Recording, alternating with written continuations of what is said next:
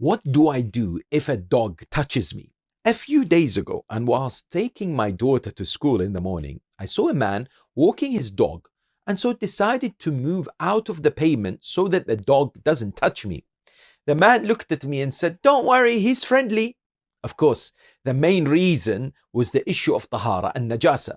According to Ayatollah Sistani and a number of other jurists, if a dog touches you through wetness or licks your body or clothes, then you need to wash it with water once, and that's it.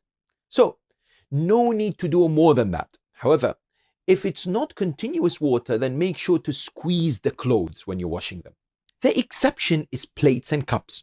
If a dog licks them, then it must be first cleaned with soil, then washed twice with water.